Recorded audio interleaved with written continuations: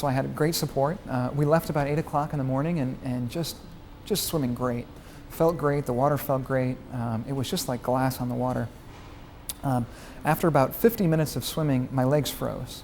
My muscles constricted and cramped up, so I couldn't kick anymore, which was okay. I was used to that, so I was just dragging my feet then. And I kept swimming. No, I was well aware of it. Okay. I mean, it's extremely painful for your quads just to lock up.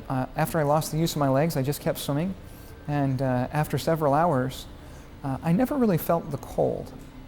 The first thing that happened that we knew there was a problem was we had gotten out into the shipping lane, so there was huge container ships all around us, and I would look over at my escort boat and realize that it was maybe 100 yards away. So I would sprint back over to the escort boat and sort of yell at my crew and, row, row, row, row. But my face was frozen, so I couldn't articulate. And I would keep swimming, and then it happened several times. What I found out later was that I was impaired and getting hypothermia, and my brain just couldn't track anymore. So all of a sudden, as I was swimming, I would just turn 90 degrees and start swimming in the wrong direction.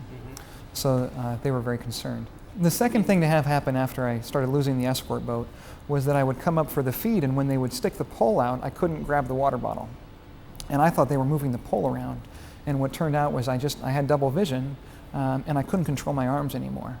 So the pole was perfectly straight, but I just couldn't see it, and I couldn't control myself to get it.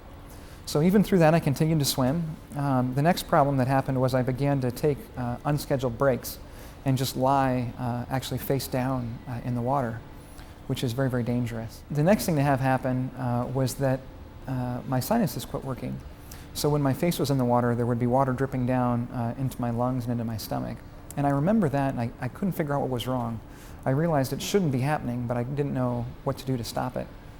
So at this point, I guess I was looking pretty harried. And the crew came over and they asked me a number of questions. And I couldn't answer the questions and understand what they were saying, except for one question, and they asked me, what's your child's name? And I yelled, it's James. But at that point, they could tell I was so impaired. My dad and my father-in-law and buddy, they reached over the rail of the boat and pulled me back onto the boat, and that was it.